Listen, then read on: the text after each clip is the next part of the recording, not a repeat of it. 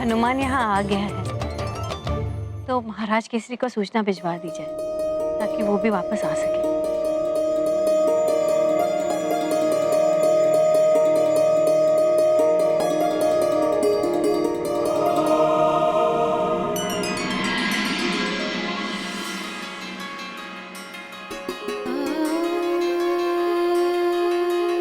ये पुष्प बहुत सुंदर है पुत्र, किंतु मेरे जीवन उपवन सबसे सुंदर और सुगंधित पुष्प तुम हो हनुमान।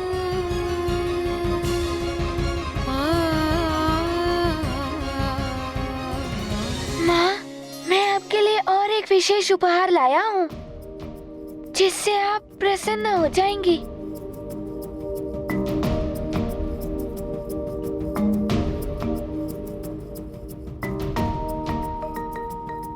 माँ,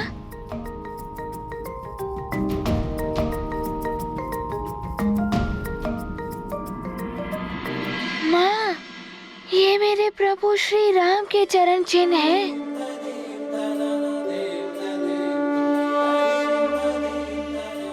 भले ही आप उनसे नहीं मिल पाई, किंतु मैं उनके चरण चिन्ह लाया हूँ।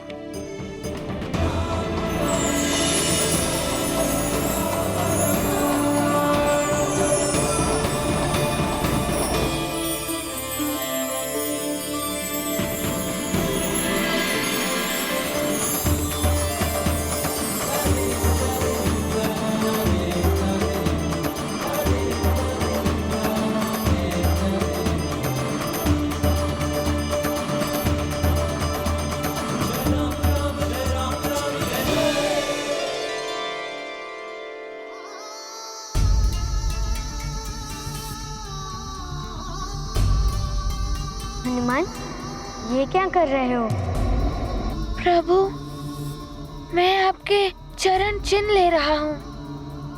आप इस पटिका पर खड़े हो जाइए और फिर आपके प्रतीक रूप में सदा मेरे पास रहेंगे।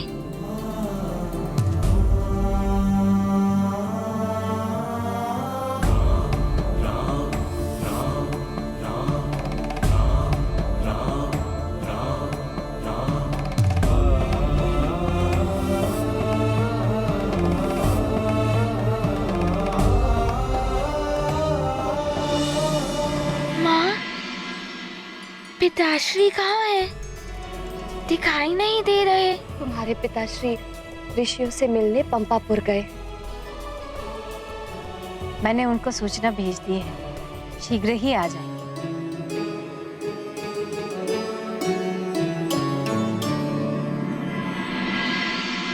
ये समय कठिन है, हमें एकता बनाए रखनी होगी, तभी हम एक मत होकर इस संकट से उभर पाएंगे। चंद्रदेव पर शनिदेव की दशा भी आरंभ होने वाली है और शनिदेव की दशा में चंद्रदेव के लिए अमृत की रक्षा करना कठिन होगा। हम सबको मिलकर शनिदेव से प्रार्थना करनी चाहिए कि वो चंद्रदेव पर अपनी दृष्टि का प्रभाव न डालें, जिससे चंद्रदेव विचलित ना हो और एकाग्रता के साथ अमृत की रक्षा कर सके। इसके लिए हमें एक मत और एकत्रित रहना ही होगा, किंतु शनिदेव किसी की सुनने वाले नहीं। उन्होंने तो समय आने पर महादेव पर भी अपनी दृष्टि डाल दी थी। इसीलिए शनिदेव के आगमन से पहले मैं आप सबसे विमर्श कर रहा हूं। हम सबको एक मत होकर शनिदेव को समझाना होगा। आप सत्य कह रहे हैं देवराज।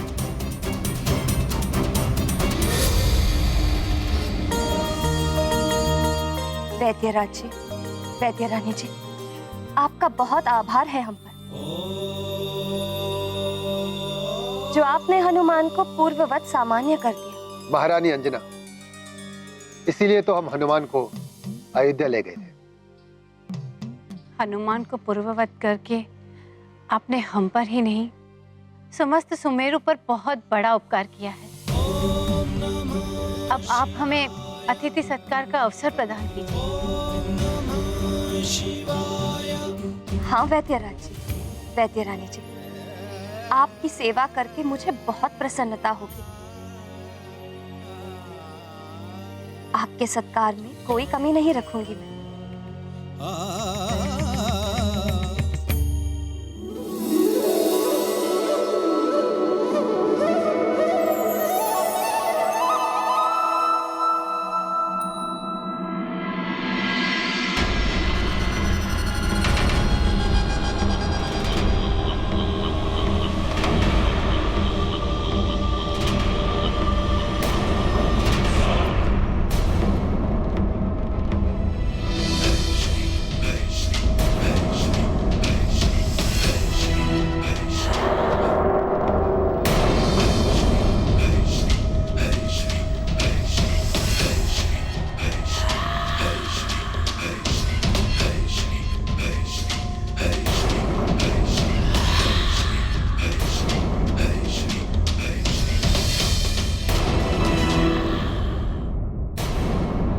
कहिए देवराज, आपने ये सभा क्यों बुलाई है?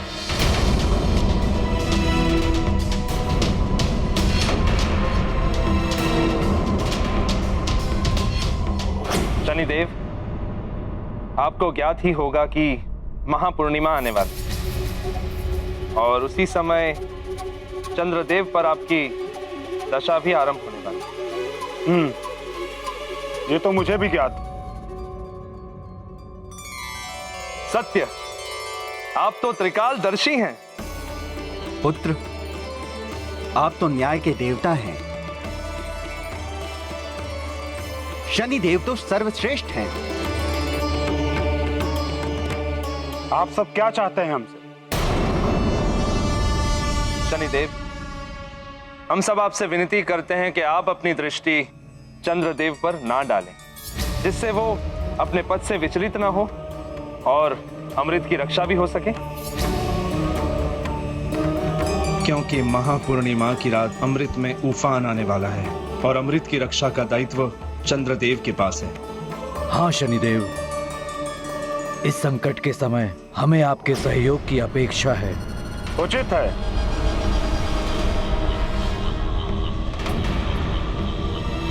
किंतु क्या हुआ शनिदेव? आपके मन में कुछ है तो कहिए। मैं ये कहना चाहता हूं कि स्वयं चंद्रदेव यहां उपस्थित हैं।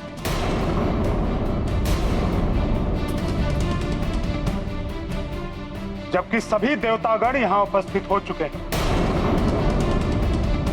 किंतु चंद्रदेव का इस प्रकार विलंब करना अनुचित ही नहीं, अव्यवहारिक भी है।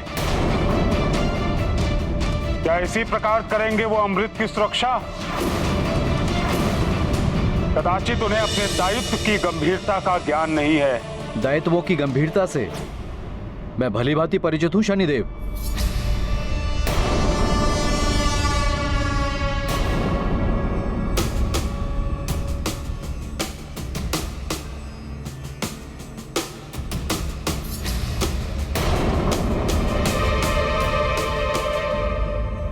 प्रणाम देव राजेंद्र। प्रणाम देवगणों।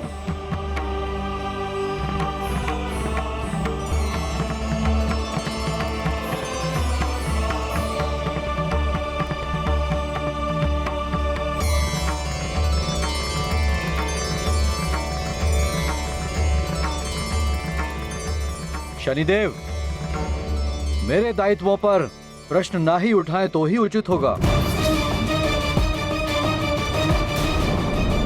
मैं सप्त ऋषि, अत्रि का पुत्र, ब्रह्मांड के अधिष्ठाता, दक्ष का जमाता, उनकी 27 पुत्रियों का पति हूँ। मेरी श्रेष्ठता का प्रमाण यह है कि स्वयं महादेव ने मुझे अपने मस्तक पर धारण किया हुआ है और वे चंद्रशेखर कहलाए। मैं अपने सभी दायित्वों को स्वयं संभालने में सक्षम हूँ। चंद्रदेव, इस विशेष महापूर्णिमा के अवसर पर अमृत में अधिक उफान आने वाला है, जो चंद्रलोक सहित समस्त ग्रहों को प्रभावित कर सकता है। इसलिए आपकी सहायता है तो हम सभी देवराज, उचित ये होगा कि शनिदेव अपना दायित्व संभालें। मेरे उत्तरदायित्व मैं संभाल लूंगा।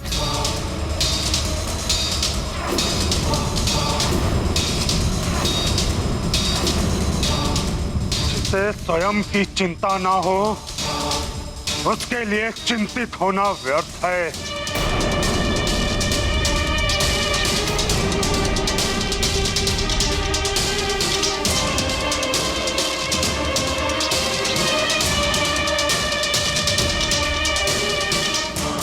शनिदेव को तो क्रोध दिला दिया चंद्रदेव ने।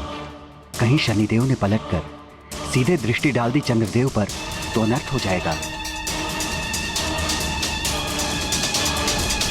देवराज, उचित ये होगा कि शनिदेव अपना दायित्व संभालें।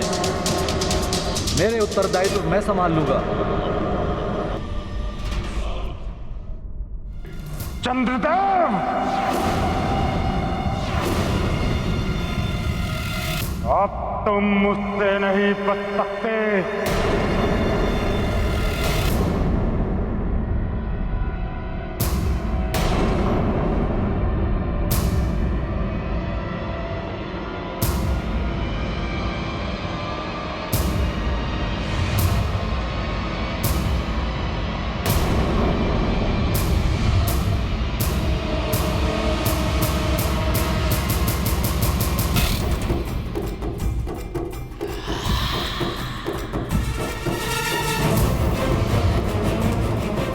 अब मेरी दृष्टि के प्रभाव से कोई नहीं बचा सकता है चंद्रदेव को। जिस चीज का भय था वही हो रहा है।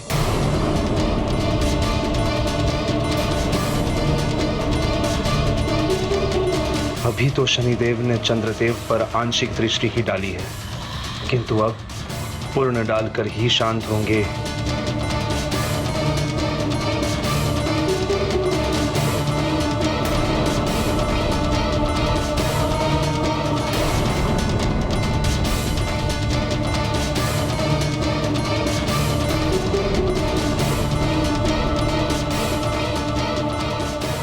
सूर्यपुत्र शनि के क्रोध से तो सभी परिचित हैं। न जाने चंद्रदेव की मति कैसे भ्रमित हो गई। अब क्या होगा चंद्रलोक का, और क्या होगा वहां रखे हुए अमृत का।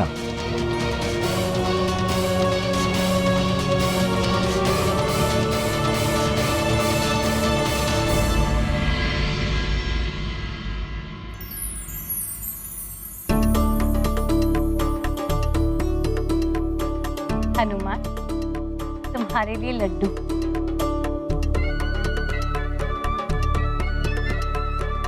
अरे वाह, माँ के हाथ के बनाए लड्डू। और ये तुम्हारी प्रिय कबरी गाय का दूध।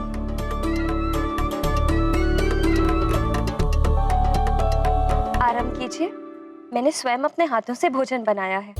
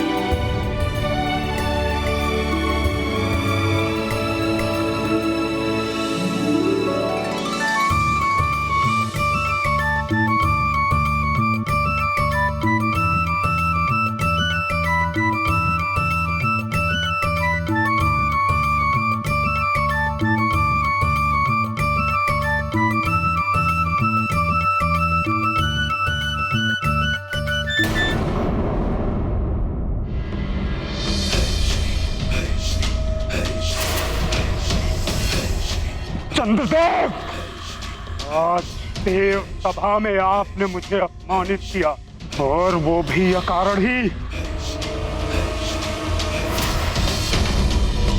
मेरे दायित्वों पर प्रश्न ना ही उठाएं तो ही उचित होगा। मैं सप्त ऋषि, अत्रि का पुत्र, ब्रह्मांड के अधिष्ठाता, दक्ष का जमाता, उनकी 27 पुत्रियों का पति हूँ। मेरी श्रेष्ठता का प्रमाण यह है कि स्वयं महादेव ने मुझे अपने मस्तक पर धारण किया हुआ है और वे चंद्रशेखर कहलाए। मैं अपने सभी दायित्वों को स्वयं संभालने में सक्षम हूँ। देवराज, उचित ये होगा कि शनिदेव अपना दायित्व संभालें। मेरे उत्तरदायित्व मैं संभाल लूंगा। प्रकाश नेत्रों को उचित मार्ग दिखाता है, किंतु तीव्र प्रकाश नेत्रों को अंधा भी कर देता है। प्रभुत्व के प्रकाश में अंधे हुए चंद्रदेव, मुझे अपमानित करने से पूर्व कदाचित आप भूल गए कि मैं शनिदेव हूं। शनिदेव, जिसकी टेढ़ी दृष्टि से ये तीनों लोग थर-थर कांपते हैं। अब मेरे कोप से आपकी रक्षा कोई नहीं कर सकता, कोई नहीं।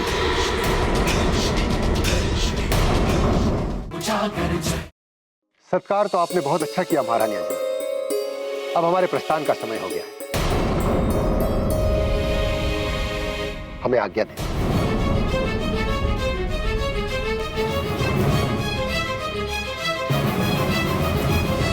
वैद्यराज जी, आप मेरे हनुमान को यहाँ लेकर आए, हमसे मिलवाए, मेरे शोक संतप्त हृदय को सुख पहुंचाए। आपका बहुत बहुत आभार।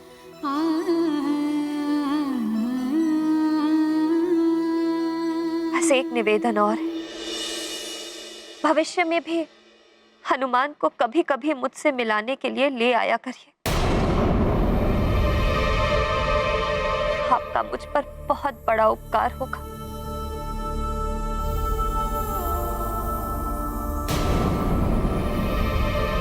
माँ, ये आप क्या कह रही हैं? क्या अब भी मुझे वैद्यराज जी के साथ जाना होगा?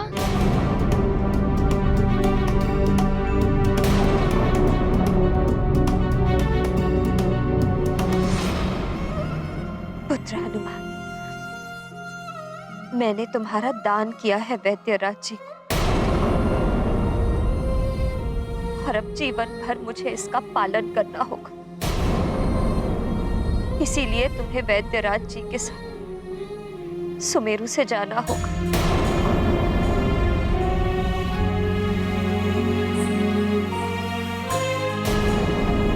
माँ, मैं आपको छोड़कर नहीं जाऊंगा।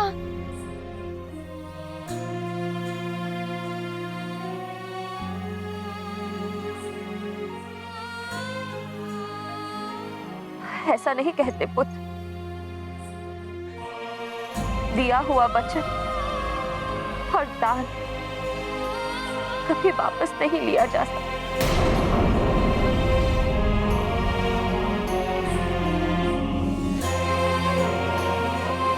और मैं नहीं चाहती कि ऐसा करने से तुम्हें कोई हानि पहुंचे। माँ, आप अपने पुत्र को अपने से दूर क्यों करना चाहती हैं? हनुमान, तुम पर अब वैद्यराज जी का अधिकार है, मेरा नहीं।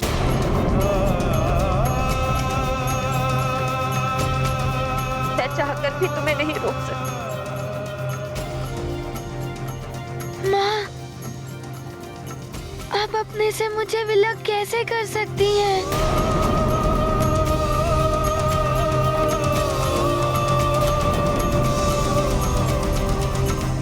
वैद्यराज जी, इससे पहले कि मेरा साहस टूट जाए, मेरा ममत्व दुर्बल पड़ जाए, आप ले जाइए हनुमान को यहाँ से।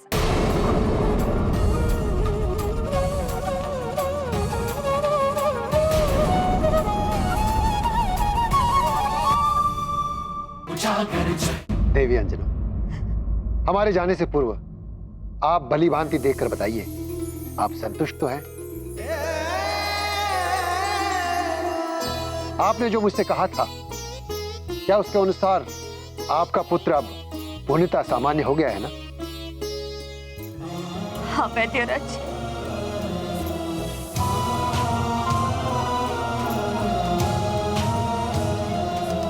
और इसके लिए आपका बहुत बहुत धन्यवाद। किंतु माता पिता को उसकी संतान की भलाई के लिए उससे दूर भी रहना पड़ता है। मैं यही सोचकर प्रसन्न हो लूं कि मेरा पुत्र जहां भी है कुशलता से।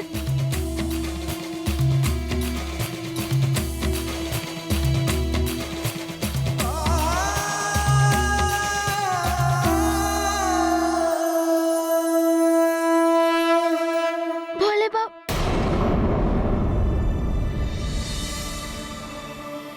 एक भोले भाले पुत्र को अपनी माँ से दूर किया जाए तो माँ दुखी होंगी ना?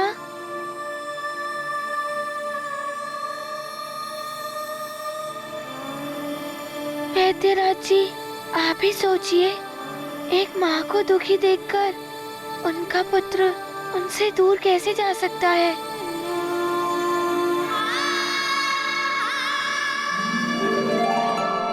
देवी अंजना, समय हमारे जाने का हुआ है, हनुमान के जाने का नहीं।